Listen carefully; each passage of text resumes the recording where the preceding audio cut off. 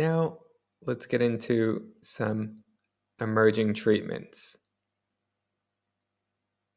So here are some promising and emerging psychological modalities. These treatments show growing scientific support and are useful alternatives or supplements to cognitive behavioral therapy. First, we have third wave cognitive behavioral therapy approaches. Next, relaxation-based therapies. Next, metacognitive therapy and emotion-focused therapy. And finally, mindfulness-based cognitive therapy.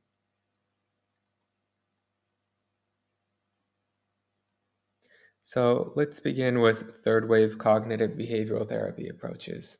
And these include things like ACT, which is acceptance and commitment therapy, mindfulness-based stress reduction, and mindfulness-enhanced cognitive behavioral therapy. So these essentially are modalities that have built upon existing cognitive behavioral therapy. And the research does show that ACT, acceptance and commitment therapy, has demonstrated significant improvements in generalized anxiety disorder in several trials. Mindfulness-based stress reduction was shown in a randomized control trial to reduce anxiety as effectively as escitalopram. These therapies help clients change their relationship to worry rather than fighting thoughts directly. So this is a bit how they differ a bit from cognitive behavioral therapy. So the emphasis is on changing the relationship to worry rather than directly reframing thoughts all the time. And this is best for chronic worry, emotion avoidance, those who struggle with cognitive restructuring. So again, those are people who would be good candidates for ACT, mindfulness-based stress reduction, and mindfulness-enhanced cognitive behavioral therapy. Now let's talk about relaxation-based therapies. These include progressive muscle relaxation, applied relaxation, and diaphragmatic breathing.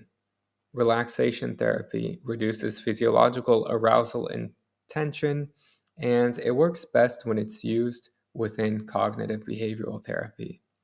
Something important to note is that it's less reliable as a standalone treatment.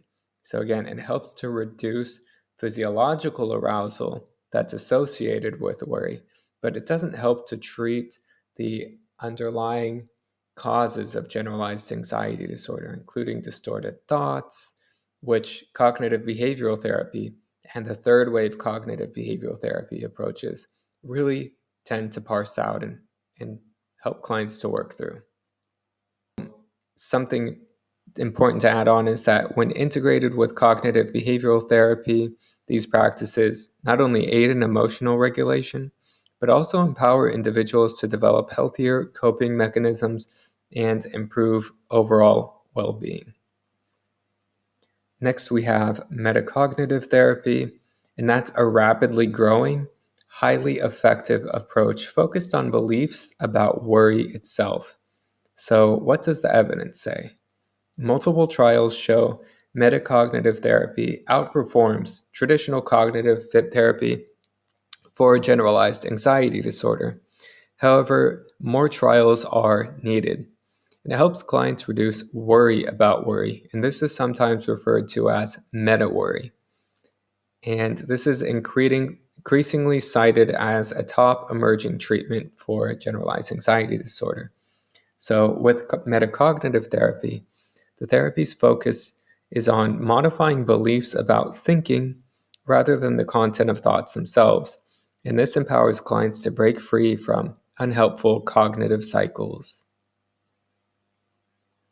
Next, we have emotion-focused therapy, and the overall approach to this is facilitating a safe and supportive environment. And emotion-focused therapy encourages clients to explore and express emotions, leading to greater self-awareness and emotional resilience. Therapists guide individuals through their emotional experiences, helping them to identify and articulate feelings that may have been previously unrecognized or suppressed. EFT, emotion-focused therapy, helps clients process underlying emotions that fuel chronic anxiety. And EFT for generalized anxiety disorder showed strong outcomes in trials by Greenberg and Watson, and more recent studies also replicated these outcomes in a similar way. And this is useful when anxiety is connected to avoidance of deeper emotional conflicts.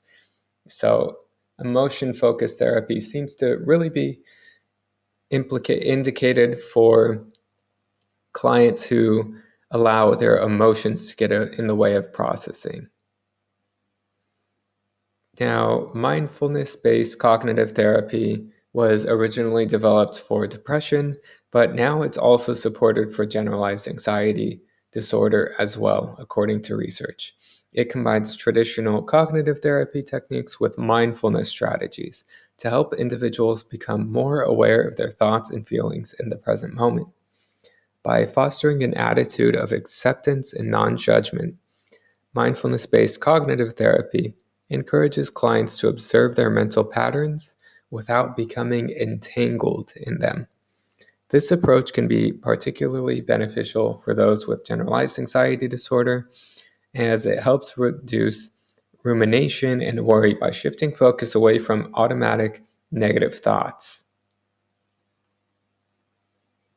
So, how are these treatment options delivered?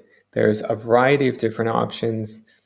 And CBT for generalized anxiety disorder is effective when delivered individually in, one-on-one classic psychotherapy, in groups, also through guided self-help and over the internet. So there's an emerging format called iCBT. However, participation does tend to taper off, and it is often best to work with a professional. Through blended formats, that's also a valid treatment option, and that combines sessions with a therapist with digital tools that can be used outside of the therapeutic room.